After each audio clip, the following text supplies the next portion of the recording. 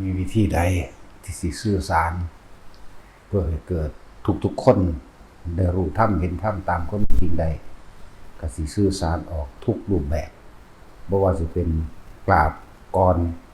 ดนตรีเสียงเพลงบ่ว่าสิเป็นการแสดงธรรมอันเกิดจากประสบการณ์จริงบ่ว่าจะเป็นการนำพระสูตรจากการได้ยินได้ฟังได้ท่องบนจดจำมาเฮ็ดเบิดทุกแบบเพื่อให้ทุกคนได้เข้าใจความจริงของชีวิตของตัวเองนั่นแหละจึงบอกว่าบุคคลผู้เพิ่นรู้ธรรมถึงธรรมเห็นธรรมแล้ว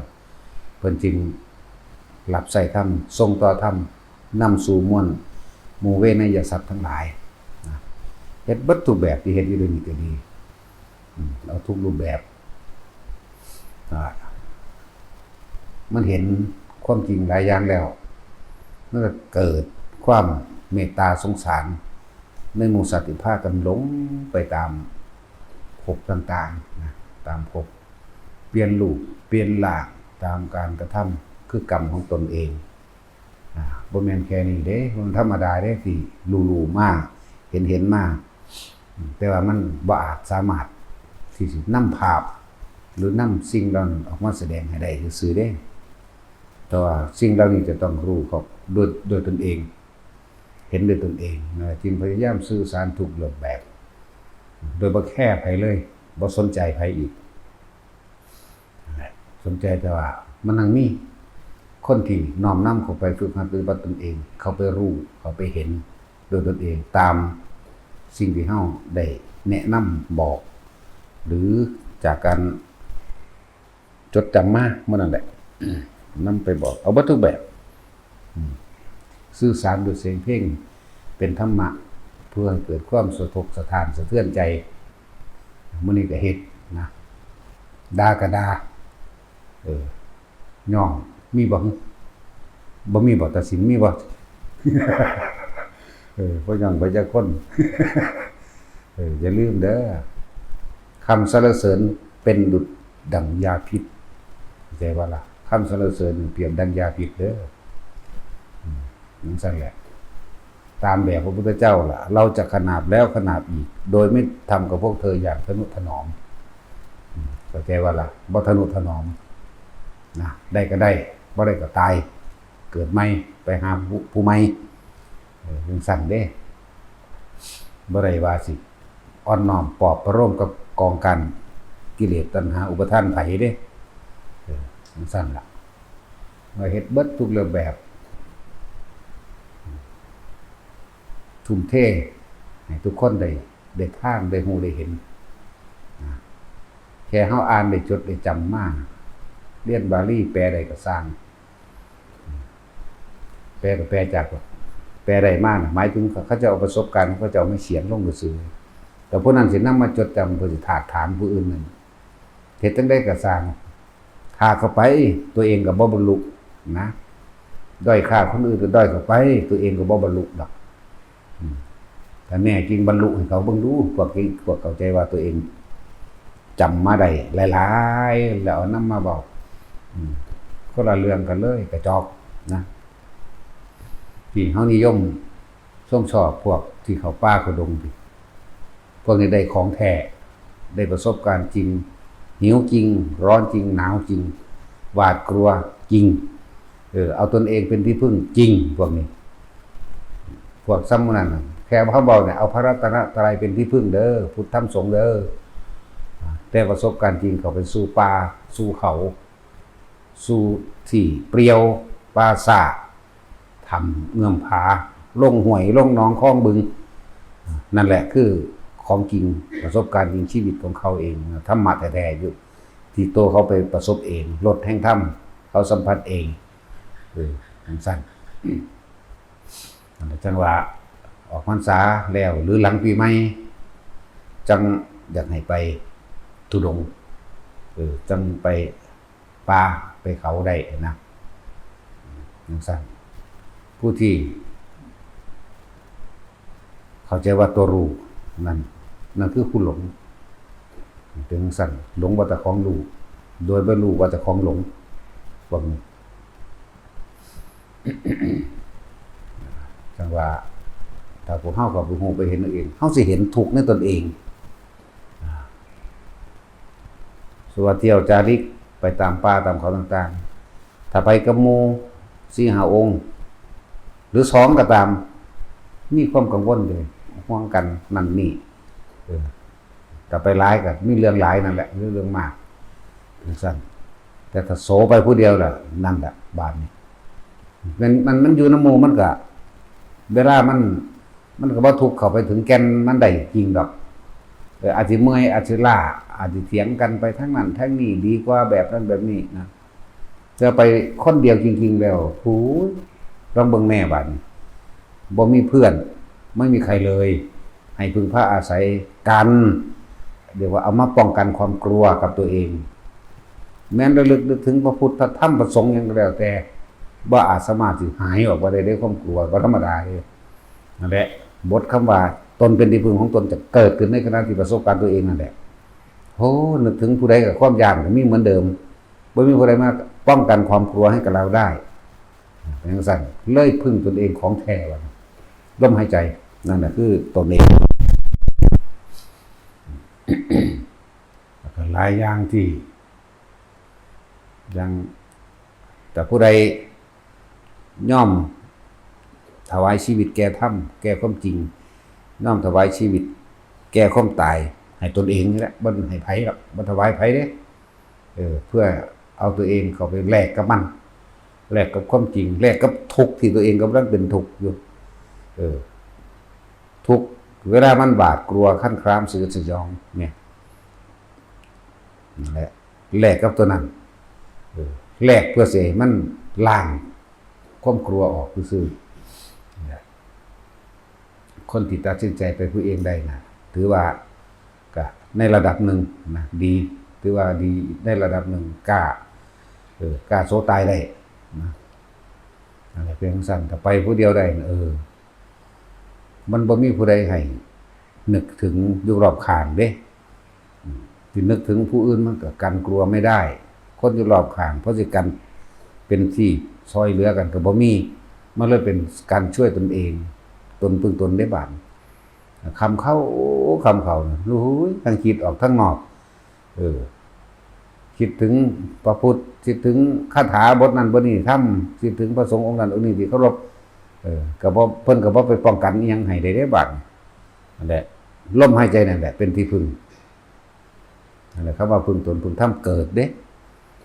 แล้วก็สิมีความแปลกประหลาดและอัศจรรย์หลายสิ่งหลายอย่างคนที่ผู้เพิ่นไปผู้เดียวใดนะเฮาอ่านจดจำมานิมิตขององค์นั้นองค์นี้ก็เป็นประสบการณ์ของเพิ่นเป็นวิชาความรู้ของเพิ่นเองว่าในสมัยพระพุทธเจ้าเว้าเรื่องสวรรค์นรกพระโมคคัลลาเว้าเรื่องสวรรค์นรกเว้าเรื่องยักษ์เว้าเรื่องพญานาคเว้าเรื่องพูดผีต่างๆจังซี่ก็เป็นความรู้เพิ่นเด้มันความรู้เฮาเสร็จแล้วบัดนี้แม่ครูบาอาจารย์พ่อแม่ครูอาจารย์ทั้งหลายที่เพิ่นเว้า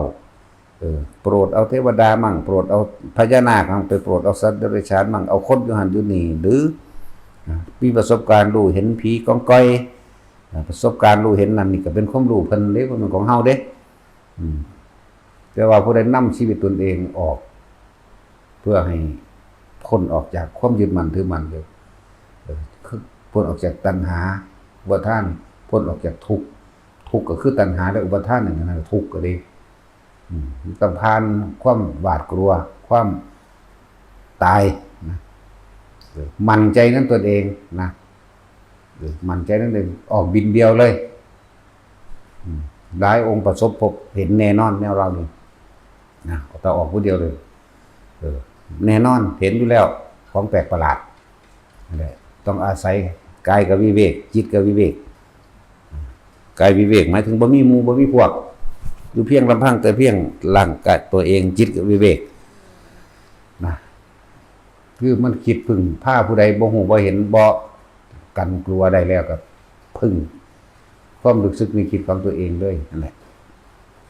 ก็สิได้ความอัศจรรย์หลายอย่างเกิดขึ้นก็สิฮู้ก็สิเห็นแต่ว่าบ่ได้เอาความฮู้ความเห็นตัวนั้นมาเป็นเครื่องรับประกันตนเด้เอาผิด วางลงมันก็แค่นั้นแหละเนี่ยมันก็เป็นแค่นั้นแหละเห็นแล้วก็แค่นั้นแหละได้ยินแล้วก็แค่นั้นแหละประสบพบเหตุแล้วก็แค่นั้นแหละอารมณ์เกิดบ่ได้พี่ดิตัวรับประกันตัวเองเอาคำว่าบ่มีอารมณ์พอใจแล้วพอใจเกิดขึ้นบ่ได้เขาไปอยู่น้ำปลาน้ำเขาเลยเขาไปปลาอยู่เฉพาะลำพันธ์ตนเองก็คือเคยเว้าให้ฟังอยู่เรื่อยๆดอกอันนี้เว้าเรื่องของเจ้าของจากภาคใต้ขึ้นสู่ภาคเหนือเฮาย่างข้าวเดียวนี่มันเป็นไปได้จังไดล่ะน่าอัศจรรย์ก้มหน้าลงบ่สิสนใดๆทั้งสิ้นแล้วก็ใส่คำบริกรรมเป็นหลักยึดเกาะของความคิดบ่ให้มันคิดออกนอกใส่อุณโลมหรือนิ่มลงบนหัวกลางอกกลางหน้าผากก็แล้วแต่ก็คิดเฮาก็ท่องอันนี้แหละวัติสเมนันติปรามาสันโตกาสาวมัตถกิตจังอิสินังทุเกนะปุตุทัสสุทัปปฏิสัญญาอรหัตถโชสัพพิอวัชชโลโภสเลนะวิโทวเยติโตสิทันโตกาสาววัตตมิมนังมุสุติจิอิมังนาคาวเรนะสจังมามังวเนภาระมิฆาอาคารจุนติท่องก็ไปก็มากก็ไปซ้ำไปซ้ำมาน่าจะอยู่ได้ประมาณ5 หรือ 6 นาทีเงยหน้าขึ้นทำดอกคำเนี่ยมันน่าอัศจรรย์เด้เป็นแต่อัศจรรย์บ่ล่ะจากกระบี่ไหมแปลกประหลาดบ่เกาะลันตาได้ทั้งใด5 นาทีนั่นแหละถ้าเฮาถวายชีวิตแก่ธรรมมอบให้ธรรมชาติกลืนกินแล้วจิตเฮาบ่ไปของบ่ความคิดของเฮาบ่ไปของเรื่องผู้นั้นผู้นี้บ่สนใจมุ่งของเฮาเองนี่ก็แปลกประหลาดเด้5 นาทีนึงเด้นั่นย่างเอาเด้นี่เงยหน้าขึ้นจังไดมันจึงเป็นตรงนั้นใดนี่แหละนี่ก็คือความอัศจรรย์อันนึงแต่หลายๆอย่างในรู้เห็นต่างๆบัดนี้เคยเว้าดูอยู่ดอกอันแนวมื้อนี้อันนี้อยู่สกลนึงดอกบ่ไกลดอกอยู่แถวอ่างค่ำหรือก็สิเว้าตรงๆมันก็สิอยู่ตรงข้ามระหว่างดงหมากไฟหรือบ้านท่านอย่างนี้นะประมาณนั้นแต่ว่าอยู่ในเลิกๆพุ่นได้ล่ะบ่ได้อยู่แค่นั้นเด้ล่ะมันก็นั่งอยู่โขดหินธรรมดาของเฮาเองบ่ได้มีท่าเด้สมาธิคน3 คน 4 คนคุยกันอุ้มอิ่มไปแต่เฮาเงียงหูฟังปุ๊บหยุดเด้ตาเฮ็ดเสยๆพี่เฮามาอยู่กับตัวเองหูยินเว้ากันชัดนั่นแหละหูยินเฮาเอียงหูฟังสิเน้นย้ำเงียบบัดนี้เขาก็เรียกว่าเขาจุดไฟก่อไฟเหมือนคนก่อไฟผิงนี่แหละเวลามันเขาก็เอาฟืนทิ่มลงไฟก็แตกตากพากขึ้นเด้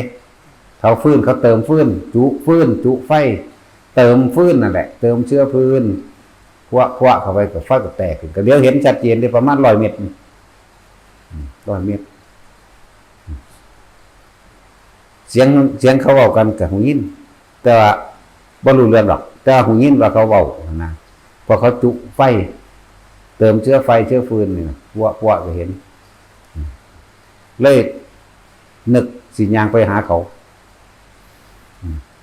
ก็แปลกประหลาดอย่างนึงคือเฮาเห็นตัวคนชัดเด้แต่ว่ามันมืดไปอย่างว่านี้เฮาสุว่ามีคนผู้หนึ่งไปยืนอยู่จัก100 เมตร200 เมตรก็สร้างในความมืดนี่เฮาจะไปเห็นตัวเขาได้แต่ว่าเขาบ่มีแสงบ่ยากอยู่เด้เหมือนกับแต่ว่าเขาบ่มีแสงดอกทั้งเห็นตัวคนชัดเจนนะนั่นแหละก็เห็นตัวคนชัดเจนใน4 คนนั่นแหละคุยกันพุ่มพิมเฮ็ดนั่นเห็นนี่คือคนคุยกันธรรมดาลุกขึ้นแต่ทรงชาญเด้นวงอยู่หน้าผากหรือบนหัวเฮานี่แหละย่างไปตัวนั้นก็ย่างไปนำเฮาคือกันแต่ว่าบ่แม่นเขาย่างไอ้คนนั่นน่ะเลื่อนไปนำเด้ถ้าเฮาหยุดมันก็หยุดถ้าเฮาไปมันก็ไปย่างได้20-30 เมตรพุ่นเด้เบิ่งแล้วมันเลื่อนไปเรื่อยๆถอยกลับมามันก็มันก็ถอยมันนำเฮาคือกันเด้แต่ว่าต้องจับความรู้สึกในกายเด้จับความรู้สึกไว้ผู้ใดมีความรู้สึกในลมหายใจเย็นอยู่ระหว่างดั้งหักหรือว่าผู้ใดที่มีอุณหภูมินวงหรือเย็นเข้าไปในกระดานหน้าผากหรือบนหัวหนึบหน้าหรือเป็นเล่าโป่งๆอยู่ระหว่างท่ามกลางอกไก่อยู่จังซี่เด้ย่างไปมันก็ไปนำขึ้นมามันก็ขึ้นมานำเด้นั่นแหละนี่ไปพิสูจน์มันซื่อ อีกอย่างหนึ่งแล้วก็อยู่ในธรรมตัวนี้เป็นธรรมพระเขาเอิ้นธรรมพระมันมีคนไปตายพระไปตายอยู่ซีเดี๋ยวเขาจะเจอท่องปักไว้หรอกท่องธรรมจักรก็ไปอยู่ในหันทำกันประมาณนี่แหละซ้ำศาลาเฮานี่แหละประมาณนี้แหละ30-40 เมตรความลึกมันประมาณนี้แหละทั้งมันก็มืดแจ้งครึ่งนึงมันก็เห็นหุงเห็นทางเห็นแสงสว่างได้ครึ่งนึงเฮาก็อยู่ในระหว่างมุมสีว่ามืดเลิกก็บ่แม่นมืดหรือว่าแจ้งเลิกก็บ่แม่นแจ้งพ่อภูมิภูพ่อภูมิภูนี่ล่ะ พ่อภูมิภูสลัวคำว่าภูมิภูนั่นน่ะเด้อพวกกันบ่มีการศึกษาพอสลัวภาษาไทยดั้งเดิมเรียกว่าภูมิภูพ่อภูมิภูนั่นแหละงูนี่ซ้ำเสานี่ทางสิว่าเทียบกับถังสีรุ่นใหญ่คือฟ้าผนังทำหมายถึงทำเป็นหินเด้มันสิย่อยลงมามันสิวืดลงมาแบบงงข้ออ้าปากใส่เฮาเด้ฮ่าอยู่เด้แบบดินแผลน้ำลายมันก็ตกทั้งหน้าทั้งตาเฮานี่เด้เฮาก็เรียนเบิ่งเหมือนกันแต่ว่าเฮาบ่ออกจากความรู้สึกตกเดี๋ยวเบิ่งได้ห่างจากกับปัดออกจังซี่ก็มีแต่ว่าบ่คิดหยังอย่าว่าล่ะความรู้สึกต่างๆมันงั้นนั่นของมันเด้อโดนเติบอยู่ดิมัน5 นาทีพอดีมันเฮ้อใส่เฮาอยู่นั่นน่ะมันบ่เป็นเสียงซื่อมันจังซี่ล่ะเสียงแบบนี้เสียงดังกว่านี้เด้สั่นล่ะเบิ่งมันโดนเติบบ่คิดอีหยังบรึบดึงขึ้นคือเก่าอยากว่าล่ะดึงขึ้นเลยสักครู่นึงมาทางหน้าทำบักใหญ่คือกันกกกลางเลยตัวนี้ว่ามาก็เบิ่งเสยอยู่หั่นแหละเบิ่งไปว่าดูเราก็ดูเฉยอยู่จังสั้นล่ะแล้วเบิ่งไปเบื่อก็บ่ย่านถ้าใหญ่ปานนั้นมันบ่มีเฮาก็มันแวบคิดออกไปจังได๋บอกบ่ย่านรุ่นนั้นกูฮู้แล้วว่ามันหยังมันก็หายไปเด้แต่อันน้อยๆซัมโปรตีนพวกมือนี่ดีแม่มันของจริงหรือของปลอมกันแน่นอวะงูเห่างูจงอางหมดเด้ซัมโปรตีนนี่นะจริงหรือปลอมกันแน่นอบ่ดีนอวะแต่ว่าความคิดมันออกไปนิดหน่อยเท่านั้นแหละแต่กลับปุ๊บก็มาใหม่เข้ามาในลมเข้ามาในอุณหภูมิลมก่อนปุ๊บอุณหภูมิเกิดกลางหัวเกิดกลางอกเกิดมันสิเกิดอยู่ไสก็แซ่อยู่กับมันบางหันเลยมันก็เลื่อยเข้ามาเรื่อยๆเด้บ่แม่นนั่งสมาธิเด้นั่งคัดสมาธิแต่ว่าเอาขาหนึ่งกายยาวมากพอนึกภาพออกว่าไผก็ดีเอามือจับกันกายยาวมากซื่อๆเอาขา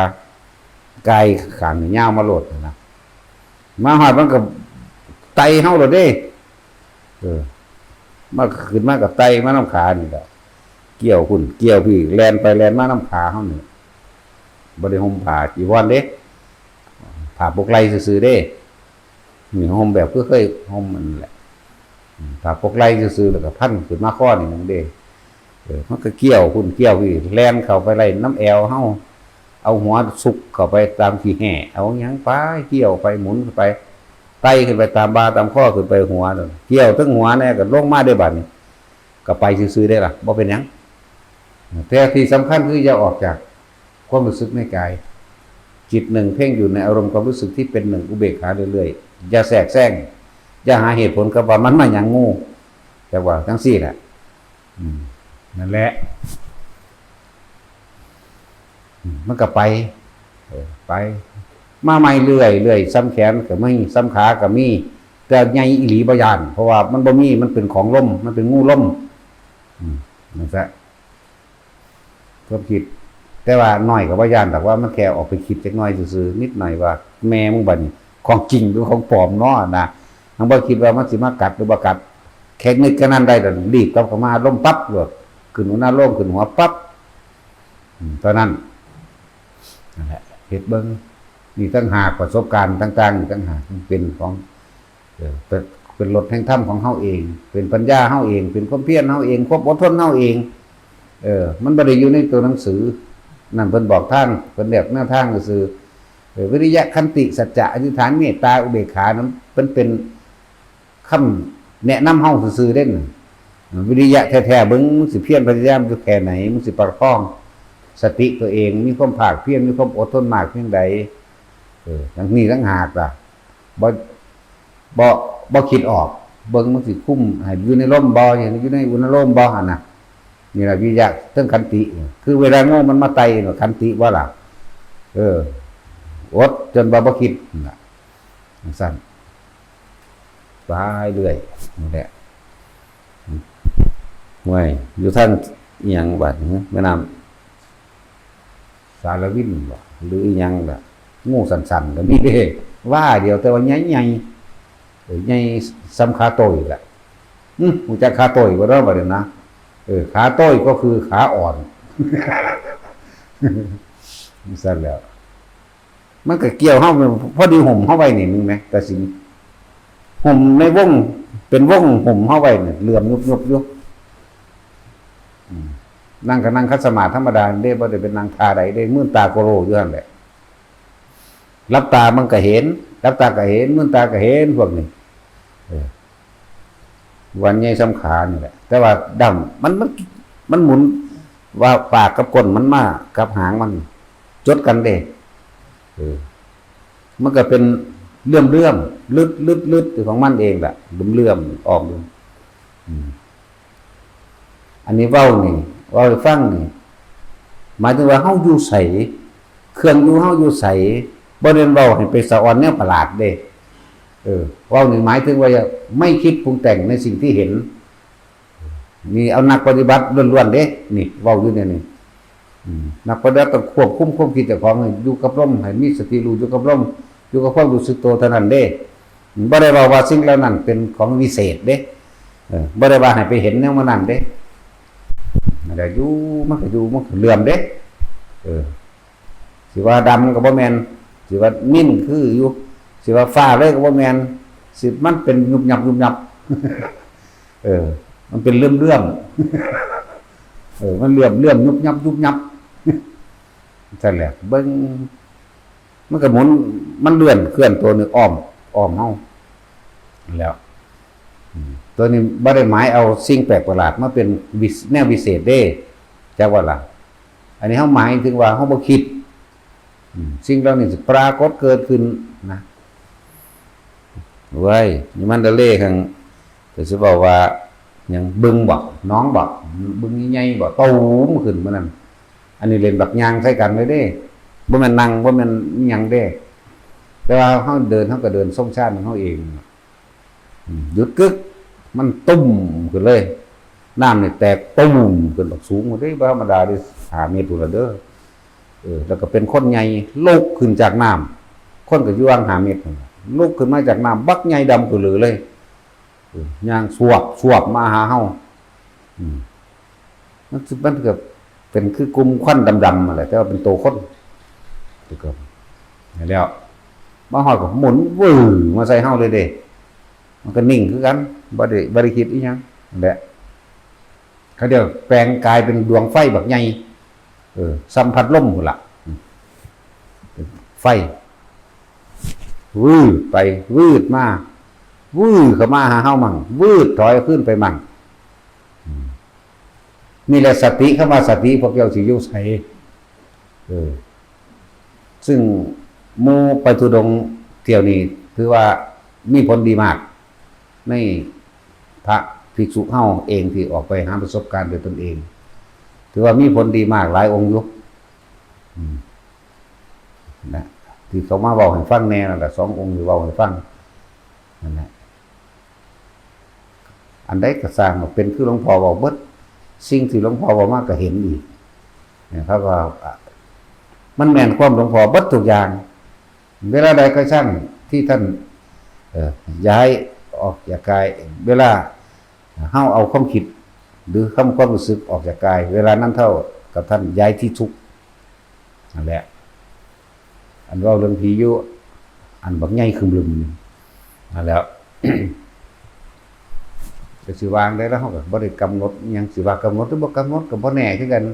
คล้ายๆกับลึกๆอยู่ในใจมันพวกมันแตกตูมเนาะก็กระจายนี้เองแนวอันนึงกิ่งกุมๆๆนี้เองดอกแค่กิ่งทั้งฟ้าเด้กิ่งลุมๆๆๆไปเลยแนวนี้ก็มีนะแต่เขาสิได้เห็นความอัศจรรย์ดอกแต่ผู้คนผู้ใดไปผู้เดียวแล้วยังสั่นนั่นเลยถึงบอกว่าที่แรกแต่มันยังย่านอยู่ว่าท่านได้แข็งแกร่งพ่อกับไปกับหมู่กับพวกกับก่อน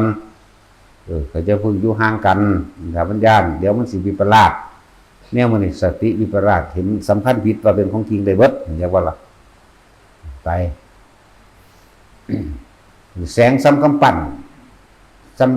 ำลูกฟุตบอลนี่เป็นปกติธรรมดาอยู่แล้วแนวนั้นจังมันเป็นหยังกระสังหัวมันคือเขาบ่ให้ค่ามันบ่ให้ซื้อมันมันก็ลอยสูงๆต่ำๆดุมๆดอมๆเด้หังอยู่ว่าเครื่องกกไม้แล้วก็ลงดินเครื่องกกไม้แล้วก็ลงดินบ่ขึ้นสูงเด้แสงคือดวงจันทร์บาดมาไกลเฮามันก็เป็นขาวๆนวลๆเด้มันก็จะยื่นมือไปว่าสิจับมันก็วืดออกไปแต่เฮาอยู่ซื่อๆมันก็วืดเข้ามาเฮายื่นไปอีกก็วืดออกไปเด้ซั่นแล้วแต่ว่านี่เห็นเงาต้นไม้เห็นนั่นเห็นนี่อยู่ก็เห็นไปตามเหมือนแสงอาทิตย์นั่นแหละบ่แม่นแสงจันทร์นั่นแหละลักษณะนั้นความรู้สึกอยู่ในกายตลอดความรู้สึกนิ่มนวลบางทีมันก็อยู่บนหนังหัวเฮานี่เนิบหนาบางทีก็แซ่ลงในกลางสมองบางทีมันก็อยู่ในกะดานหน้าผากบางทีก็อยู่ในอกเล่าๆกว้างๆอิ่มเบิกบานเต็มอิ่มของประหลาดก็เกิดขึ้นมากมายนี่เป็นตาญาณไหวพญานาคอันนั้นทั้งใหญ่คักแล้วมันมาแกล้งเฮานี่ล่ะหรือมาทดสอบหรือยังกระสร้างแมวดอกว่าอันนั้นก็ดีเสียงมันเห่อมาแต่ตั้งสูงๆพุ่นว่าสวดมาเด้สวดบ่ยาวๆด้วยเสียงมันมาก็มาหาข้างเอวเฮานี่แหละตัวสูงกว่าหัวเฮาพุ่นตัวหัวยืนมือพุ่นเด้อธรรมดานั่งเด้อันนี้นั่งแต่ว่าบ่แม่นนั่งหลับตาแบบทาสมาธิอันพื้นฐานโดยการสอนเด้นั่งทะเนิงนั่งแบบทะเนิงไปนั่งเอาขาขึ้นแล้วก็ทะเนิงจังซี่มันก็เฮาไปนี่นึงเด้เฮาบ่คิดหยังใหญ่คักน่ะก็เลยบ่คิดเบิ่งเอามันสิใหญ่เท่าใดหมูเฮาจนเฮาเอียงออกพุ่นได้ว่าธรรมดาเด้จังซั่นแหละนี่ล่ะธรรมะที่มันแท้ๆมันบ่เอาในตำรามาว่าใส่กันได้บ่ล่ะเบิ่งมันสิซำใดเด้มันสิละความคิดละเห็นละกิเลสละแบบไหนมันละในหนังสือบ่เอาหนังสือมาบอกกันเด้มาเว้าล่ะสักกายทิฏฐิวิจิกิจฉาศีลวัตถุปามาสปฏิฆะกามราคะรูปราคะอรูปราคะมานะทิฏฐิอุทธัจจะและอวิชชาท่องไปโลดท่องก็ไปกิเลสที่ตลอดปอกเปิกบ่นักก็เก่าอีกว่าแต่ของลูกพี่ของจริงมั่นน่ะเมื่อเกิดความคันค้ามสยดสยองเจ้าสิอาศัยหยังพี่เมื่อไปเห็นเหตุการณ์เจ้าสิอาศัยหยังเจ้าต้องทิ้งความตายนี่ต้องโสใส่กันเกิดมานี่ตายช้าหรือตายเร็วเสมอกันป่วยหรือบ่ป่วยตายเสมอกันก็ในเมื่อเกิดมาตายมาแห้งแล้วนี่ความคิดหรือการพิจารณาในธรรมนี่เร็วเด้ตายก็ตายของตัวนี่มันบ่ตายมื้อนี้มันก็ตายมื้ออื่นมันตายมื้อนี้มันก็ตายมื้ออื่นนี่ล้มความตายตลอดตัดความตายความหาวหาญก็เกิดขึ้นมันก็เฮาไปหั่นจนตัวเอียงหมดได้บักใหญ่เด้บ่ธรรมดาจังซั่นนี่แหละละแบบใดเลยละคือบ่นำคือมาคิดแต่ยังคิดนั่นนี่เปรียบเทียบมากมายอยู่นั่นมันสิเป็นละมันบ่เด้วนั่นแล้วก็อารมณ์เกิดบ่ได้พบกับดับซั่นทั่วเข้าใจบ่ล่ะอารมณ์มันมีอยู่2อย่างสำหรับของคนหนึ่งพวกนั้นพอใจกับไม่พอใจละอารมณ์พอใจหรือไม่พอใจได้มันก็จบเลยได้ล่ะทั้งสั้นแล้วมันบ่มีความพอใจหรือบ่พอใจได้งูบักใหญ่มากนั่นน่ะหลายอันหลายอย่างที่ปรากฏขึ้นมาจักสิเว้าอันใดก่อนงูน่ะก็งูอีหยังมันสิว่าจังไดมันใหญ่แต่ก็ยังมีแหละ บางที่ไปข้ามน้ำข้ามแม่น้ำจังซี่มันแปลกประหลาดว่าเป็นขอนไม้ครึ่งนึงอยู่กับยางขอนไม้เรียกว่าล่ะ บ่แม่นอยู่ลำปางบ่หวยอิหยังละแม่ทะไปเถอะอิหยังนั่นละไปนี่บ่บุมันจื้อหยังบ่ค่อยได้ปานใดแม่ทะบ่ลำปางบ่แม่ทะพระสบายแม่น มันก็บ่ไปเป็นแม่น้ำใหญ่ๆดอกมันเป็นห้วยห่างก็สิระหว่างที่มันกว้างออกไปก็ประมาณ20-30 เมตรเนี่ยนะย่างเลาะหาหม่องข้ามแต่ว่าแล้วไปเห็นขัวเดี๋ยวว่ามันจะขัวบ่ได้เลย ขัวแปลว่าสะพานไม้ที่มันเป็นลำต้นที่เขากายไปนะโอ้หัวจะกายอีกละหามได้แปลอีกละกูบัดนี้ที่เขาเอามาลองจากฝั่งตาดิงฝั่งนี้ไปหาฝั่งนั่นนะจริงๆแต่ว่าขัวตัวนี้มันก็แช่น้ำอยู่เครื่องนึงนะแจ้งว่าล่ะแช่น้ำอยู่เครื่องนึงน้ำระวังเครื่องนึงจังซี่โอ้ยเฮาก็บ่ได้ว่ามันสิเป็นอันแนวอื่นแล้วเอาตีนตืบเบิ่งก็อ้าวมันก็เป็นต้นไม้ดีๆนี่เด้จักซี่ต้นไม้ใหญ่ดีๆนี่นะไว้รุ่นกกย่าง2 คนโอบพุ่นแล้วแต่มันแช่น้ำก็เครื่องนึงไงว่านี่ตัวนึงก็พาดพุ่นพาดพี่ธรรมดาเด้อบ่ได้คิดว่าสิเป็นอีหยังเด้นั่นพอดีเลยก็ย่างดูแล้วย่างแบบวิทย์ไปแล้วหันไปเบิ่งบ่มีหยังเลยแม่มาได้บาดนี้นั่นแหละนี่เลยประสบการณ์จริงๆย่างข้ามไปเลยปัญหาขึ้นวิทย์ไปแล้วเขาก็เหลือเบิ่งธรรมดาแล้วเนาะบ่มีไหมเป็นตาเงินบ่ล่ะแต่ว่าบ่ได้สนใจสิไปหานั่นดอกเพียงแต่ว่าเว้าที่หลังซื่อๆได้ว่าเป็นตาเงินเงิดนี่แปลว่าน่าอัศจรรย์หรือไม่ เงิดนี่เด้อโอ้ยเว้าพวกฝึกนี่พวกมีการศึกษาสูงนี่ ได้แปลตลอดเนาะบ่มีคือบ่มีเด้เฮาไปเลยเด้เฮาบ่ได้ไปสนใจตัวนี้คือหยังบ่คือเอามาเว้าที่หลังซื่อๆได้นี่ถ้ามันนั่นพูดขึ้นมาเว้าก็เว้าไปจังซั่นแหละนั่นแหละนี่คือความอัศจรรย์ของคนที่สละชีวิตให้ได้มาซึ่งความรู้ความจริงให้เห็นทุกข์ของเจ้าของให้เห็นทุกข์เด้เห็นความจริงมันทุกข์กับหยังมันทุกข์กับย่านตายมันทุกข์กับหิวทุกข์กับร้อนทุกข์กับหนาวแม่นบ่ทุกข์ตัวแก่นอันหนึ่งของมันคือทุกข์กับย่านตายนี่นึงเด้แต่ว่าเฮาสรุปลงว่าตายนี่ป่วยก็ตายบ่ป่วยก็ตายเกิดก่อนหรือเกิดบ่ก่อนก็สร้างตายได้เสมอกันตายนี่บ่เลือกเวลาตายเมื่อไหร่ก็เมื่อนั้นอันนี้คือเฮาโล่งใจคักแล้วนะแบบหายสงสัยในความตายไปแห้งแล้วพอถกบ่เถียงนิดหน่อยก็บ่มีเลยมันก็เลยบ่ได้คิดอีหยังมากแล้วก็ย่างข้ามไปแล้วก็เดี๋ยวเบิ่งขึ้นหลังอ้าวมันไปใส่ตอนนั้นแหละก็แล้วไปเลยก็ไปทั้งใหม่เลยซั่นแหละว่าซั่นสิว่าหยุดคิดหรือละคำว่าละจริงๆคือบ่คิดเด้แต่คิดอยู่ว่ามันละเด้เจ้ายังสิไปหาเหตุผลมันอยู่ว่าจิตเจ้ายังมีที่ตั้งเจ้ายังสิไปหาว่าเอามันเมื่อกี้มันแม่นอีหยังกันแน่ขอนไม้บักใหญ่เมื่อกี้นี่นะขอนไม้นี่พอเข้าใจอยู่ดอกเนาะไม่ต้องแปลจังซั่นแหละสัตว์ประหลาดต่างๆบ่น่าสิว่ามันสิจริงหรือบ่จริงเฮาก็บ่ได้ให้ค่ามันดอกกิเลนก็มีอีหลีบัดนี้มันก็เคยเห็นกับม่านนินมังกรกับสุสาครอยู่แล้วแต่คนจริงมันมีได้บัดนี้คือจริงสำหรับเฮาผู้เห็นนี่แหละจริงสำหรับเฮาผู้เฮาเห็นนี่แหละว่าให้ฟังซื่อๆว่าการที่ไปผู้เดียวโดยเด็ดเดียวโดยบ่ต้องไปคำนึงอนาคตหน้าหรือหลังบ่ต้องไปคาดคะเนดนเดาได้ทั้งสิ้นอยู่กับปัจจุบันขณะคือลมหายใจมั่งอยู่กับปัจจุบันขณะที่อุณโลมหรือความนิ่มนวลตรงกลางบางครั้งมันก็ว่างๆโป่งๆอยู่ตรงกลางระหว่างอกเฮานี่เป็นเล่าๆว่างๆโป่งหมายถึงความรู้สึกเรียกว่าอะไรความรู้สึกแบบลักษณะนั้นเฮาบ่คิดออกเฮาบ่คิดบ้านนั่นบ้านนี้นะเฮาบ่คิดถึงหม่องใดหม่องหนึ่งเลยเฮาอยู่ในกายอย่างเดียวกายเวทนาจิตเวทนากายอยู่จุดเดียวเลยเนี่ยเส้นลมคำตายเฮาถิ่มบ่แห้งแล้วมันบ่มีเลยถิ่มก็โดนแล้วมันเรื่องกายมันบ่สงสัยแล้วความตายแล้วถิ่มคือบ่นำมาคิด คิดว่าสิเจ็บสิปวดบ่คิดว่าสิถ้ากูบ่มีข้าวกินกูบ่มีหม้องหันหม้องนี่กูสิเป็นไดนอนมันย่านตายเบิดนั่นแหละเข้าใจบ่ล่ะสรุปลงแล้วสรุปย่านตายเด้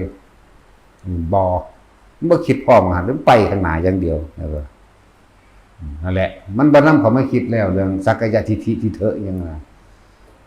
นั่นแล้วบ่มาคิดบ่สงสัยเรื่องธรรมเรื่องกรรมเรื่องใดบ่สงสัยศีลบ่มีหรอกเพราะว่าบ่มีความคิดว่าจะไปหยังกับไผศีลเฮาบ่มีศีลเด้แต่มีศีลต้องฮิปโปเพราะฮิปโปมีผัวชื่อว่าศีลศีลบ่มีเพราะว่าหยังบ่มีความคิดเบียดเบียนทำลายผู้ใดผู้หนึ่งสิทรัพย์สินเลยบ่ได้คิดว่าสิฆ่าหยังมั้ยงูก็บ่ได้คิดว่าสิฆ่าหลายๆอย่างที่มันฮู้มันเห็นก็บ่ได้คิดว่าสิฆ่าแม่นบ่ล่ะแต่ว่าโดยปกติความเคยชินของคนว่าถ้างูมาหาค้อนตีรถนั่นบ่อันนี้ก็ไปย่างข้ามหลังไปก็ย่างข้ามไปเด้งูเห่าก็ดีจงอางก็ดีนั่นแหละจังซั่นคือมันบ่คิดแม่นมันละแม่นฮู้จักบ่นี่โอ้ยพอเข้าใจบ่เข้าใจอยู่ที่อังเฮ็ดบ่ได้เห็นบ่มึงมาแม่กูสิแล่นปลาหลาบนี่ว่าล่ะงูมันตะยานเด้มันยาวดอเนาะงูก็ดีผีก็ตามเรื่องประหลาดแล้วนั่นเอ้ยทั้งหลายนั่นเดี๋ยวนี้ก็มันก็เป็นของมันอยู่แล้วเด้ก็มันก็แค่นั้นแหละจะสิบอกว่าหยังนะบ่ล่ะก็บอกไปจังซี่แหละนั่นเดี๋ยวนี้นั่งแทรกซ้อนอยู่นำพวกเจ้าก็เดี๋ยวนี้ก็มีคือกันน่ะแต่สิไปให้ความสำคัญอีหยังมันบ่ได้หาข้าวกินเนาะโอ้แต่ว่ามันไปหาสกิดคนมาเอาไปโลดสั่นแหละนี่แหละธรรมะคือความจริงของชีวิตของคนนั้นๆที่เขาไปอย่างว่านี่ที่เขาไปประสบพบเหตุและความจริงของคนนั้นๆเขาละแบบใดคือเขาบ่นำของมาคิดนี่ต่างหากธรรมะของจริงของคนนั้นๆบ่ได้แม่นอยู่ในตำราบ่ได้อยู่นำครูอาจารย์เพิ่นก็ให้แนวทางซื่อมึงไปทองอยู่หันต้องละสังโยชน์10ต้องละสังโยชน์3สังโยชน์5เห็นบ่ล่ะมันสิละหามันจะค่าคิดมันจะเอาหยังมาละเห็นบ่นั่นแหละไปเบิ่งดูมันบ่เป็นนางยังชื่อว่ากิเลนหรือมานินมังกรนั่นแหละมันบ่แม่นรับแต่ย่างไปดีๆนี่เด้ก็ย่างไปน้ำทางเลยก้มคุกมุกไปเลยก็บ่แม่นทางเดี๋ยวบ่ไปว่าทางลาดยางหรือทางคนย่างเด้เข้าไปย่างไปน้ำทางเดินไปตามทางมันไม่ใช่ถนนเดินไปตามขึ้นไปตามป่าเด้นี่ตามป่าตามเขาแต่ว่าเฮาบ่เคยออกจากความรู้สึกโตบางทีอันนั้นแหละมานินมังกรนั่นแหละหรือกิเลสมันก็บูเข้าไปเลยเด้ก็เลี้ยวเบิ่งเด้โอ้พวกนี้ดำเท่าอยากบ่แต่ว่าขอบเกล็ดสีสมเด้งามๆมันสิกุมขี้หรอกว่ามีแต่แนวประหลาดได้เฮานี่น่าก็จะเอาไปขี้บินบาตกิเลสก็จะเอาไปกุมขี้มันสิไปหันไปนี่เบิ่งก็น่ากูขี้ไปหาถ้ำนี่นั่งยักสักคิดประหลาดอยู่ได้มองนั่นแหละยังเขาเจ้าวาดยังประเทศจีนก็เอิ้นหยังมังกรติมีอีหลีเด้หั่นนี่ซ้ำเซานั่นแหละทั้งสีใหญ่ก็ทั้งสีเลยไว้มันบ่ยาว10กว่าเมตรพุ่นติมีขาอีหลีเด้หัวกับหัวคือนาคหน้าโบสถ์นี่แหละโอ้มีเขาพร้อมเขาก็เขาคือเขากวางนี่แหมทางบ่แม่นป้างางเลยออกมานิดน้อยลอยๆออกมาโอ้มีอีหลีจังซี่นะก็เลี้ยวเบิ่งซื่อๆก็บ่ได้สนใจมันนอนอยู่ข้างริมห้วยมันนอนอยู่ริมห้วยยาวๆเด้เฮาก็เลี้ยวเบิ่งมันก็เลี้ยวเบิ่งเฮาคือกันมันก็งอกขึ้นมาแล้วก็นอนต่อเป็นจังซั่นแหละหลายอันหลายแบบที่รู้นี่ต่างหากธรรมะคือชีวิตจริงประสบการณ์จริงของบุคคลผู้นั้นแต่ว่าการที่ละออกจากธรรมทั้งหลายทั้งปวงทั้งธรรมทั้งที่เป็นกุศลธรรมหรืออกุศลธรรมคือการบ่นำเข้ามาคิดอย่างว่านี่สิ่งที่มันดีสิ่งที่มันเป็นทั้งสบายใจทั้งสบายตาจังสิเทวดาอินพรหมก็เห็นที่ก็ปรากฏมาให้เห็น ก็ฮู้อยู่นั่นแหละไอ้สิ่งที่เลวร้ายนั่นใส่ภาษาว่าเลวร้ายซื่อๆเด้ที่จริงเขาบ่ได้เลวร้ายเด้คนใหญ่ๆดำๆเปื่อยยังหนักอยู่นั่นน่ะ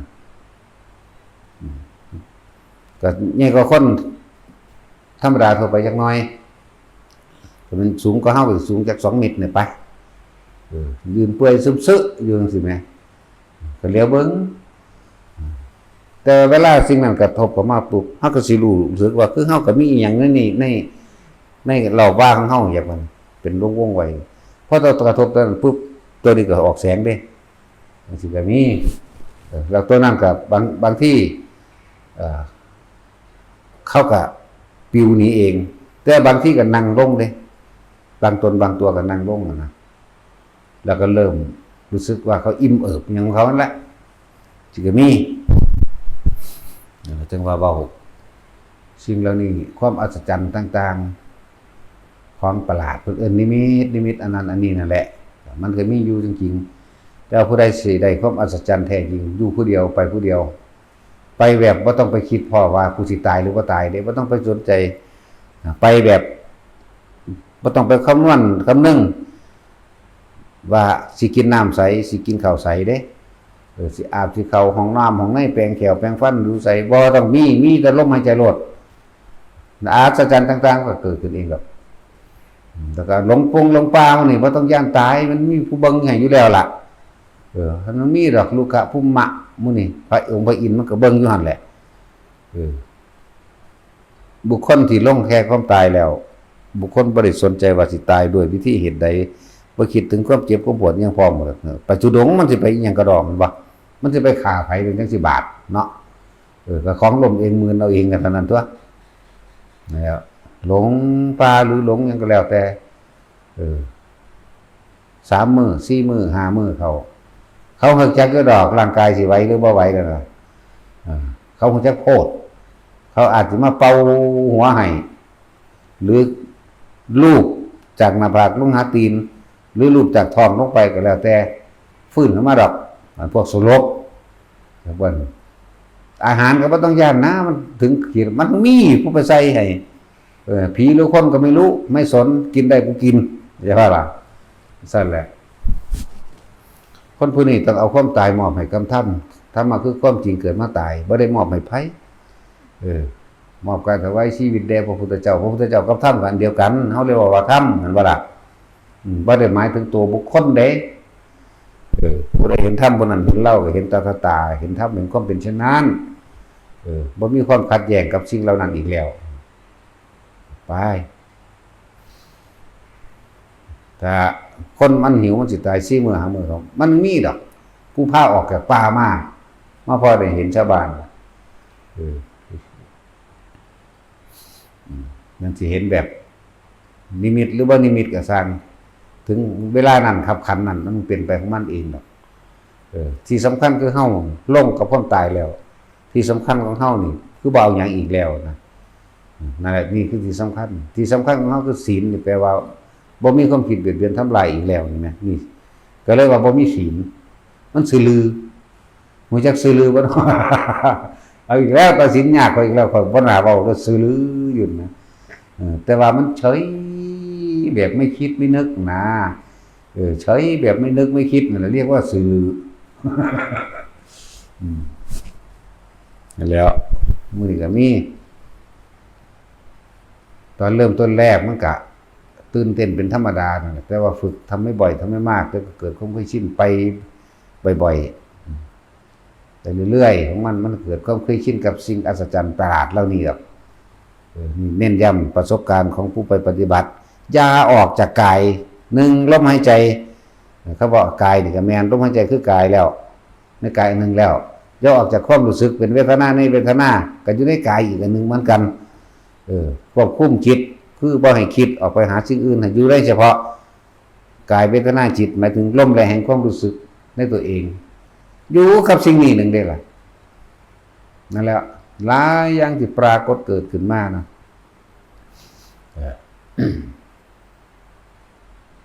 วันนี้ข้อวัดหมายถึงเฮาเคยมีข้อวัดปฏิบัติแบบใดอยู่ในนี้เฮาก็ต้องเฮ็ดเป็นปกติ แม้นสิมีคนหรือบ่มีคนก็สร้างบิณฑบาตจักว่าล่ะบิณฑบาตเป็นวัดย่างไปประมาณกิโลมันก็เป็นการรักษาสมาธิจิตตั้งมั่นของมันเองอยู่แล้วหรือเดินจงกรมที่เขาจะว่ามันบ่ล่ะถึงเวลานั้นมาเนี่ยโอ้แจ้งเห็นแล้วมือมาส่องปั๊บเตรียมตัวก็ไปเลยล่ะไผบ่มีไผใส่หรอกที่แรกนี่อย่างว่าเฮ็ดไปเฮ็ดมาแล้วมีคน2คน3คนมาใส่อยู่เรื่อยๆเด้ทั้งใส่น้อยๆคือเขาบ่มีข้าวกินว่าเขาอดอยากว่าโหทับพี่เดียวนึงเด้แล้วก็ดอกไม้อิหยังละ2ดอกสันๆกิดิดจิดักเฮาก็ปิดไว้เพิ่นก็วางไว้ฝาบาทนี่นั่นแต่กำเอาอยู่ดอกนั่งมาฮอดหม่องมันหายดิมันบุ้ยดิแปลกประหลาดเด้ล่ะแล้วมาฮอดว่าสิกินนะฮาวเอ้ยกินน้อยๆมันค่ำเดียวอิ่มอยู่เป็นอาทิตย์พุ่นเด้บัดมื้อใส่หลายก็แปลกเด้ว่าสิกินโปมๆมื้อใส่หลายก็คนมาบักหลายคือกันเด้แตกอยู่วันศีลวันพระเขานั่นแหละโหคนคือมาหลายเท่านั้นนะใส่จนบ่เต็มบาทนั่นแหละแล้วก็กลับคืนมาบ่เสร็จกูมองดิว่ากูกินแมงคักๆมันได้หลายปานว่ากูสัตว์แมงโปมๆเลยมันจะคำว่าโปมบ่เนาะบัดนี้เนาะกินโปมกินแบบอย่างคนตะกะกินตะกะกินคำใหญ่ๆยัดเข้าสแตกแดกเข้าไปในปากเร่งพุ่งนะตาสวดออกนะจึงเรียกว่ากินโปมกินแบบคนตะกะมันหิวนั่นแหละแปลว่ากินโปมเดี๋ยวตนเขาเลยแปลเขาแน่หรอกว่าจังไงเนาะตัดสินเบื่อห่วงแล้วชีโพนึกแล้วกูจักอยู่กินแมงสัตว์ชีโพอดโหดออกมาเลยกินคำโปมๆแน่เนาะชีโพกูยักอีกว่าเนาะแปลชีโพอีกแล้วกูชีโพไปว่าสะดือ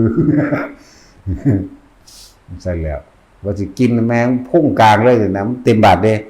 นอนนั่งก็เล่นหน่อยคือเก่าอยู่แล้วก็มีดอกไม้2อันน้อยๆคือดอกดินนี่แหละโอ้ยบ่จักดอกดินแหละมันก็สร้างหวนดอกนี่ได้สำคัญดอกกินแต่ว่ามื้อนั้นรู้สึกว่าได้กิน3ค่ำอยู่อิ่มไปโดนเติบจังซี่ก็มีอะไรจังว่าถ้าผู้ใดมอบกายถวายชีวิตกับธรรมตัวเองลงให้ความตายเห็นร่างกายบ่เป็นของตนใดแล้วบ่มีปัญหาเลยบ่ต้องยันหลงยันนั่นนี่ดอกมีพระอยู่ในพระลึกลับอยู่ในหันก็มีนะไว้มีอยู่ในหันแหละเพิ่นหังบ่เฮ็ดแบบวิเศษวิโสมาเด้ก็ธรรมดาคือพระคนทั่วไปนี่แหละเดี๋ยวดีเป็นนี่น้อยๆซ้ำเก่งๆและพาออกจากป่ามั่งหรือให้เนื้อกินมั่งเด้ให้อาหารกับมั่งจะไปบิณฑบาตทางใดนี่มันบ่แม่นของในป่าเด้นี่ว่า100 โลพุ่นเด้อจากหม่องเฮาอยู่นั่นกับบ้านคนอาหารนั้นมันอาหารในเมืองนาห้วยกินฮอดไก่ทอด KFC พุ่นแล้วธรรมดาบ่จักเรามันต้องทางใดนิดหน่อยน่ะก็ดีโอ้โหถวายไก่ KFC ตัวอย่างหัวละแต่ว่าจังไดมันเป็น100 โลได้สิว่าเฮาจะออกจากป่าได้แม่เราไปมาไว้กินได้ก็กินเราเป็นหยังเดินอยู่บ่นะบ่ต้องบอกหรอกหน้ามึงมาแต่ใดกูหิวกูกินแมงปมๆธรรมดาบ่หอมกึบเรื่องธรรมดาสิมันหอมไก่ KFC ธรรมดาพุ่นเด้นั่นแล้วลืมหอดอยู่ในแล้วเวลามันหิวจักว่าสวบกัดแผ่นตาดยังใส่เลยมันลืมไปเลยเด้แล้วความหิวมันบังได้แล้วก็จีกดอกบอกซื่อๆดอกนั่นน่ะก็ยังเป็นตัวก็สิสวบกัดเอางับมาบมันก็บ่แม่นเลยเว้ยนี่ว่าขอวัดปฏิบัติแน่ใดเฮาก็เห็นแนวนั้นเป็นปกติเพราะว่าสิอยู่ผู้เดียวเพราะว่าสิอยู่นำถ้ำน้ำผู้น้ำผาได้เฮ็ดคือเก่าให้แบบเดิมท่าน แต่ว่าน้ำบ่มีเด้แต่ว่ากินแล้วอิ่มน้ำกันกับน้ำเลยเด้แปลกอยู่ว่าล่ะโอ้ยจังถามไผละหามึงนี่ แปลกว่าล่ะพนันถามไผเนาะบัดนี้เนาะ บ่เป็นตาได้กินข้าวสั่นๆจะคนไปก็เลยเนาะจังซี่นั่นแหละนี่คือพูดถึงว่าให้หมู่ภิกษุสงฆ์สามเณรผู้มีจิตใจเด็ดเดียวเด็ดขาดถิ่มความตายเลยความตายบ่มีความหมายจักว่าไปเลยมุ่งไปข้างหน้าถ้ามันถึงวิกฤตหรือขับขันจริงมันทั้งมีดอกพวกมาซอยนี่มันผู้เดียวเด้บัดที่ไปนี่คืออยากให้ไปผู้เดียวเป็นเสียส่วนมากแต่ถึงไปเป็นกลุ่มๆผู้ไปฝึกซะก่อน หรือไปในสถานที่ที่มีคนหูจักคุ้มครองกันไว้คือซอยเหลือกันได้นะแต่เด็ดเดียวกล้าหาญออกไปเลยผู้เดียวเลยบ่สนใจใครไปเพื่อนั่นแหละไปแล้วมันสิเบิ่งมันสิแม่นคือเพิ่นว่าให้ฟังบ่เด้อนั่นว่าล่ะเดี๋ยวเนี่ยบ่เคยเห็นก็เห็นเนี่ยบ่เคยได้ยินเสียงวักว่าเวิร์กก็ฮู้จักเสียงนกที่มันบอกทางก็ฮู้จักเสียงนกบอกทางเด้บอกล่างไล่ละดีพร้อมเด้นกก็ดีมันฮู้จักอยู่จะไปทางนั้นเสือจังซี่นะหังบ่แม่นฮู้จักว่าเป็นภาษาว่าอย่าไปทางนั้นเสือบ่แม่นแบบนี้เด้นกอันมันร้องโอ้กักกันน่ะมันฮู้จักอยู่ไม่อันนี้บ่ให้ไปทางนั้นแสดงว่ามีอันตรายนะไปทางนี้มันก็บ่ฮ้องเด้ถ้าเฮาสิเดินหันหน้าแวบไปทางนั้นกูกักขึ้นมาโลดถ้าเฮาไปทางนี้มันเงียบมันบ่มีอันตรายจังว่าล่ะต้องรู้แม้กระทั่งนิมิตแห่งเสียงสัตว์ต่างๆดังสั่นอันเงาจะเข้าใจว่าเบี้ยวเลยถึงจะกันกัดกันหรือว่าเป็นธรรมดาเด้ไปหมดแม่มีตัวบักใหญ่ตายแล้วกูอันมันบ่แม่นแมวเด้นั่นน่ะเพียกแอวมันก็มีเด้อันว่าหานั่นฟิตจากของมันบ่แม่นดิมันเอากันมาพักผ่อนมันก็เลียมือมันน่ะเล็บมันน่ะมันเลียแล้วมันเป่าด้วยนั่นอันเรื่องฟิตนี่นั่นน่ะ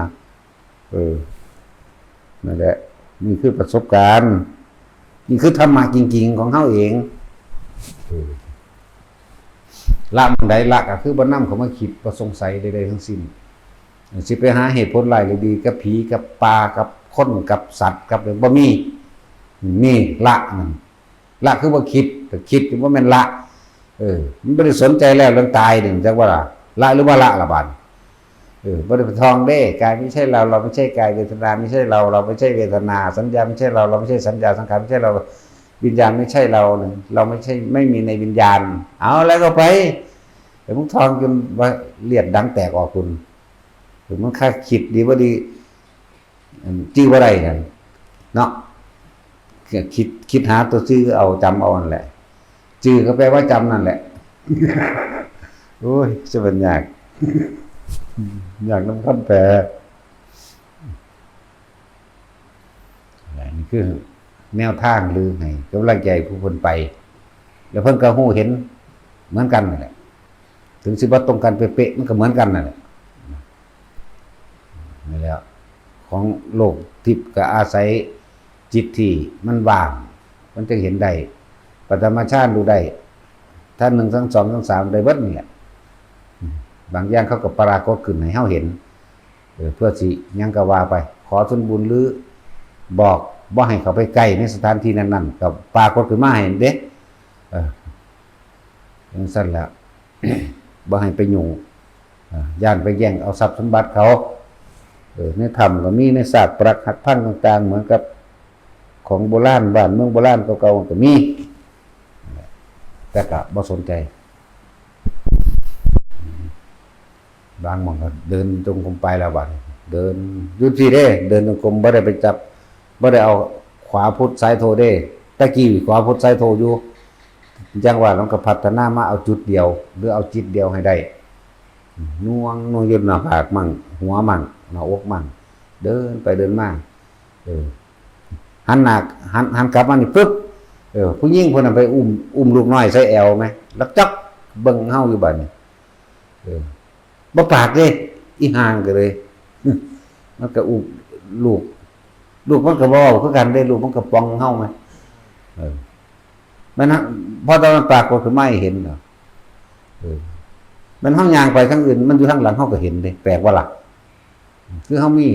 ตาอยู่สุดหม่องนะแล้วก็ย่างนี้ก็มีบางมือบางพวกหรืออยู่ยังว่าเขาเอิ้นยังว่าทุ่งให้หินบ่ประเทศลาวแหมบ่ค่อยมีปลาดอกมีตั้งแต่ก้อนหินอันแบบโอ่งนั่นแหละจังซี่ก็มีเด้นั่นแหละจังซี่ก็อยู่พุ่นก็เป็นนั่นแหละอยู่บางหันก็มีอันแต่ว่าอยู่บางหันมักอยากเห็นเกี่ยวกับเมืองอยากเห็นเกี่ยวกับเมืองไหมเป็นเมืองเป็นเรืองเป็นลบกันจังซี่ก็นั่งโคโมเป็นทั้งโขดหินนั่นแหละบ้านมันสิเป็นเรื่องผิดรถน่ะบ่คิดหยังบัดนี้กลายเป็นเมืองนั้นเมืองนี้ขึ้นมาสู้รบกันเด้เฮ้สู้รบกันฟันดาบกันปุกปักอยู่นั่นแหละเสียขี้มากส้นมากก็ส้นพวกส้นสร้างก็ส้นเด้เบิ่ง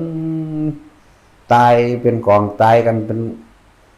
รอดเหลือไปนิดๆหน่อยๆเพราะให้เฮาเห็นนะมันสิก็มี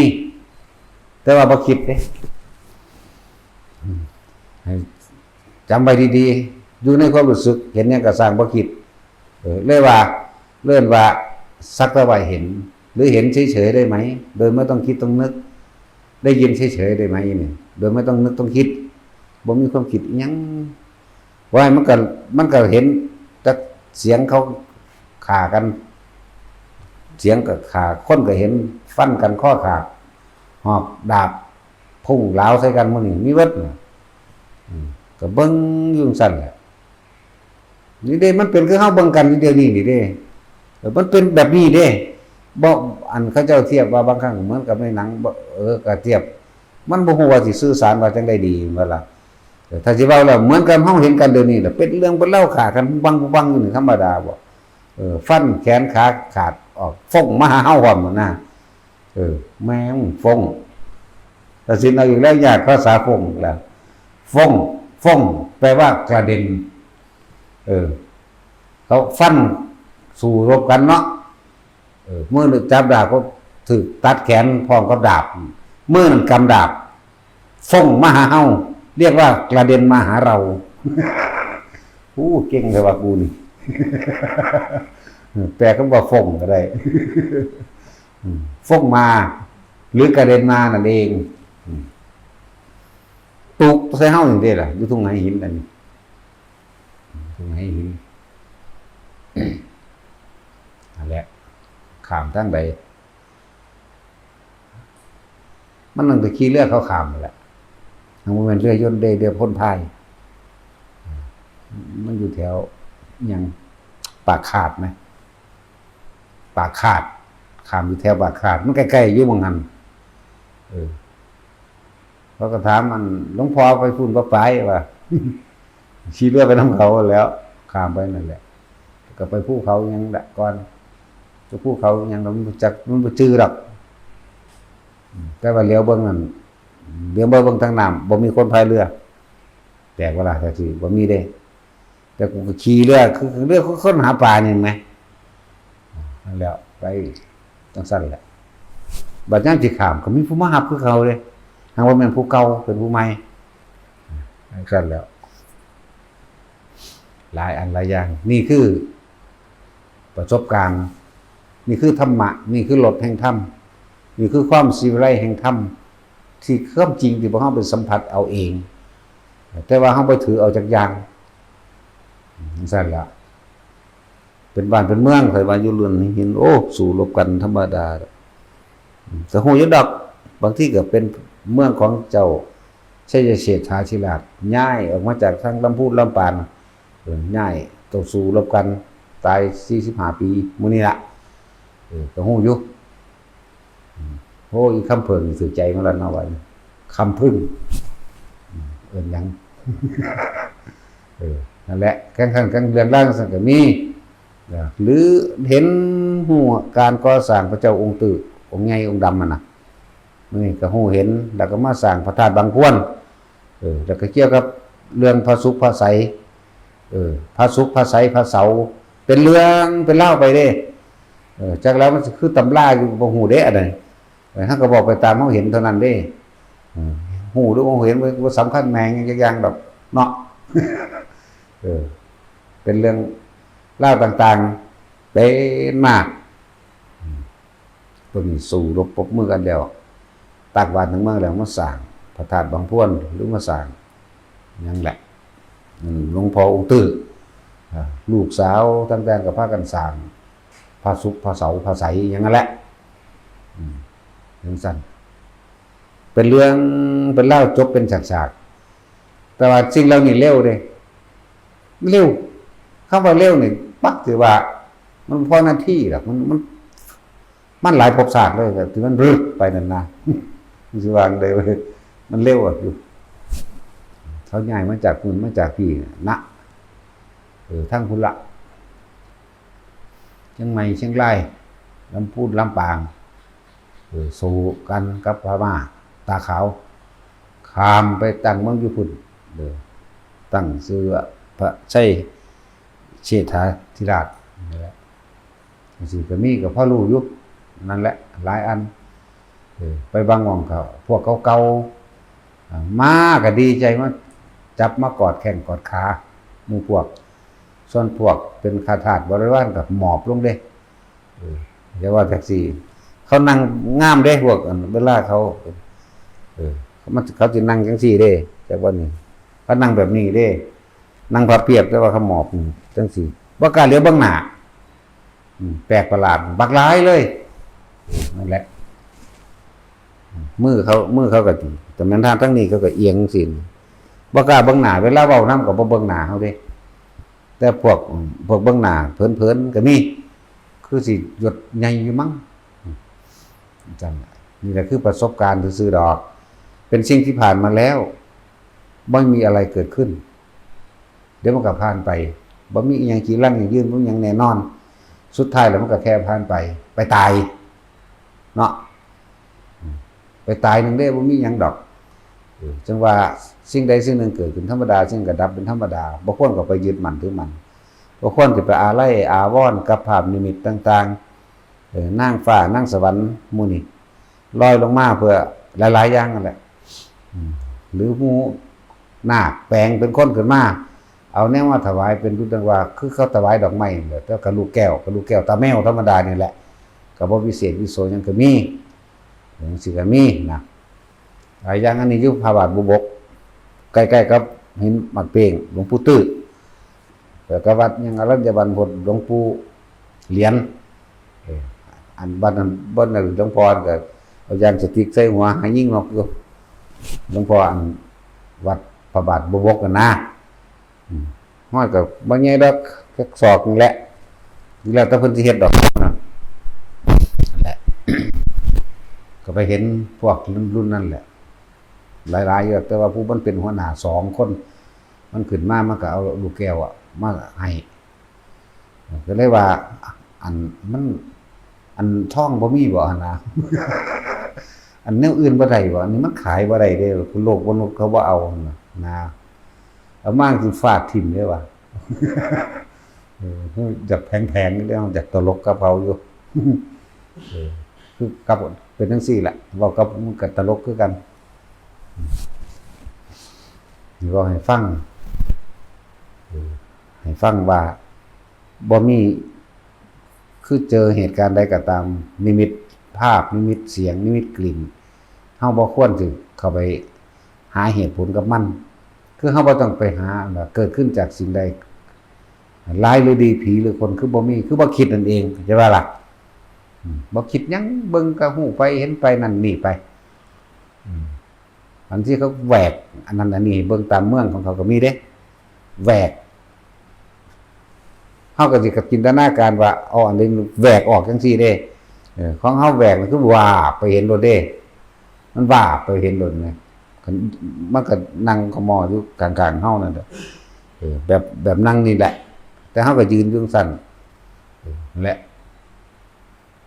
จะเห็นนั่นนี่หลายเลยแต่ว่าบ่คิดบ่นึกความรู้สึกว่าพอใจบ่พอใจเกิดบ่ได้มันก็เป็นแค่คำว่าสักแต่ว่าเป็นแบบนี้แหละสักแต่ว่ารู้สักแต่ว่าเห็นสักแต่ว่าได้ยินได้กลิ่นนี่หมายถึงว่าไม่นำเข้ามาคิดมานึกอาจจะบ่ว่าคำว่าสักแต่ว่าห่วยปานนี่ไผบ่เข้าใจก็ไปผูกเขาตายซะเนาะตายซะมันจังบ่ได้บาปเพิ่มขึ้นตอนที่ดีแม้ว่าตัดสินไปซะแหละ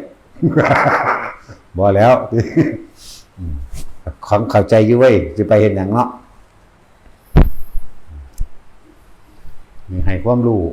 พอได้เป็นเครื่องเทียบเครื่องเคียงเวลาหมู่พระเฮาออกไปสู่ป่าจาริก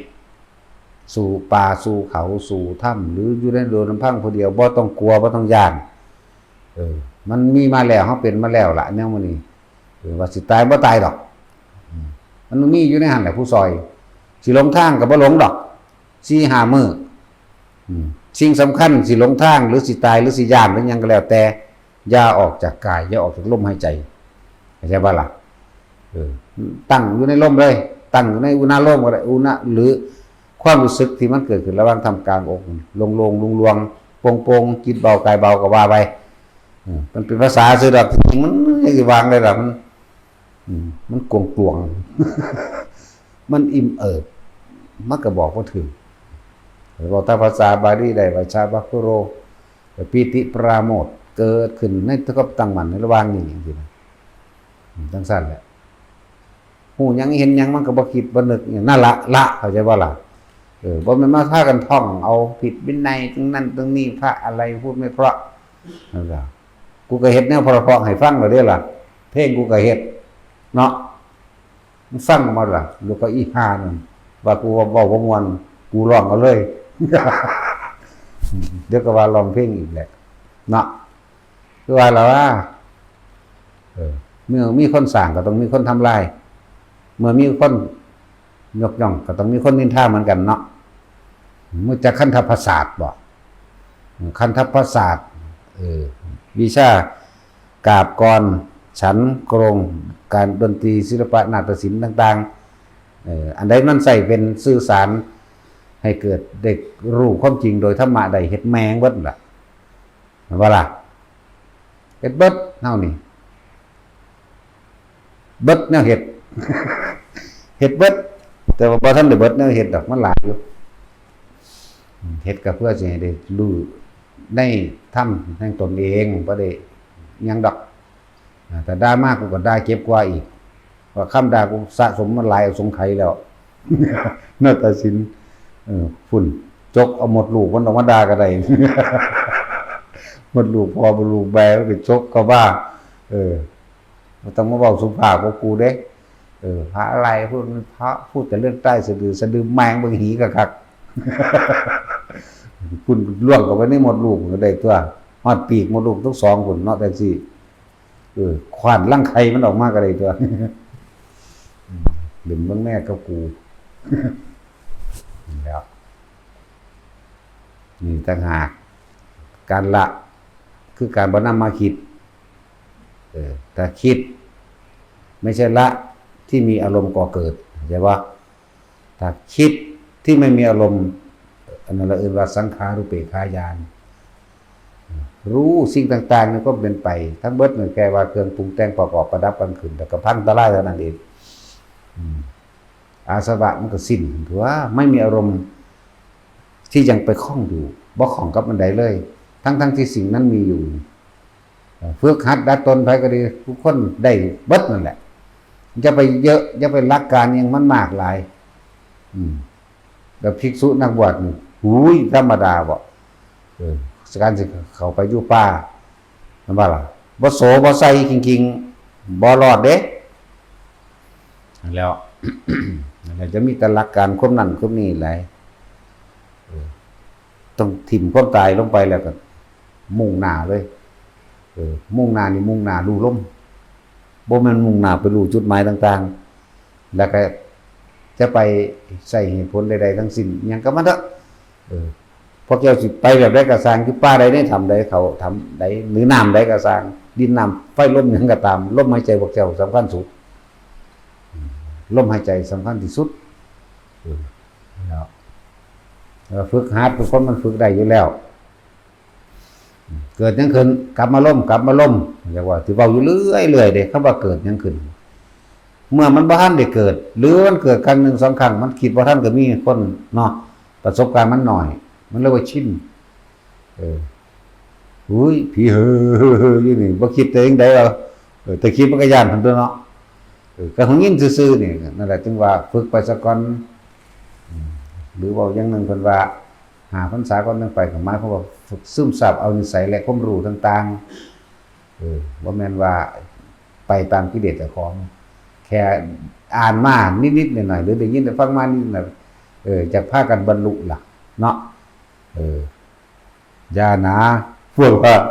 กเป็นพวกอรหันต์ได้เกิดขึ้นแล้วมันสึกเด้ดีบ่ดีมันไปสีกัญญาพร้อมนั่นแหละอย่าเพิ่งพยากรณ์ตัวเองว่าเป็นผู้รู้หยังเด้เฮายังบ่ได้รู้หยังเด้สึงหลึงอยู่ทางเว้าแมงหรือเว้าซื่อๆนี่แหละจะพยากรณ์ตัวเองเด้อไผก็เลยว่าเจ้าของเป็นนั่นเป็นนี่เดี๋ยวจากนั้นมันสิเป็นภาษีสีธัญญาเด้นั่นแล้วจะเป็นพยากรณ์ตัวเองว่าอันนั้นอันนี้บรรลุจังซั่นสิหยุดจักหน่อยสติสิวิปลาสจริงๆเด้มันสำคัญตนน่ะมันธรรมดาเด้อแล้วมันก็จะคมหมู่อีกว่าอยากให้เขามารับใส่เจ้าของว่าเจ้าของบรรลุเข้าใจบ่ล่ะอยากให้เขามารับใส่เจ้าของแบบนี้ยังสิสั่งเขาได้เด้พวกนี้พวกประสาทวิปลาสวิปริตไปเฮ้ยเด้ดีบ่ดีบ้าบ่ขึ้นก็มีเด้จังว่าอย่าพึ่งพยากรณ์ตัวเองจะไปให้ฆ่าตัวเองนะว่าตัวเองบรรลุนั่นบรรลุนี่แม้อยู่ซื่อๆโลดอุ้ยเข้าใจคำว่าอยู่เฉยๆบ่เดี๋ยวนี้อยู่โดยไม่มีความคิดความนึกความอยากได้และอยากเป็นนี่นะอยู่ซื่อๆอยู่ซื่อมันเว้าเล่นเด้เว้าจริงๆคำว่าอยู่เฉยๆได้เลยคิดได้นึกอันนี้นะกาวลมหายใจน่ะเป็นเครื่องผูกเครื่องเฉยก็เลยนั่นแหละพยากรณ์ตัวเองเด้อจะว่าแต่ของบรรลุนั่นนี่เด้อมันอยู่บ่ได้เด้มันยากมันร้อนมันใหม่เขามันวิปริตนะหรือเป็นบ้าแต่กับบางคนก็ซึกจังซั่นเด้มันนั่งร้อนมันนั่งม่นมันนั่งร้อนนั่งใหม่เอาเองนะแต่ว่าเฮาเฮ็ดคือเฮาบ่อยากเป็นหยังดอกบ่ต้องไปเป็นหยังใดๆทั้งสิ้นนะไปจังซี่แหละนี่ประสบการณ์ต่างๆพ่อหมู่พระเฮาที่มันกลับมาจากป่าเนี่ยเฮาก็ดีใจนำตัวสิ่งที่เขาเจ้าบอกมานี่ก็มาสรุปลงโอ้ยอันใดก็เป็นคือหลวงพ่อบอกเบิดเวลาเจอเหตุการณ์หยังก็ไปคิดน้ำมันเป็นบ้าสิแลนเด้แต่ว่าพอตะคิดถึงคำหลวงพ่อว่าอยู่ในลมหายใจอยู่ในอุณาโลมนี่นั่นนี่มันก็หายไปดับไปจังซี่นะเขาเห็นหลายอยู่ได้แนวแปลกประหลาดของเขานั่นแหละผู้ใดอยากรู้ไปถามเอาสัมภาษณ์เอาพวกถูดงมาเด้พวกถูดงถูป่ามาเอาสวัสดี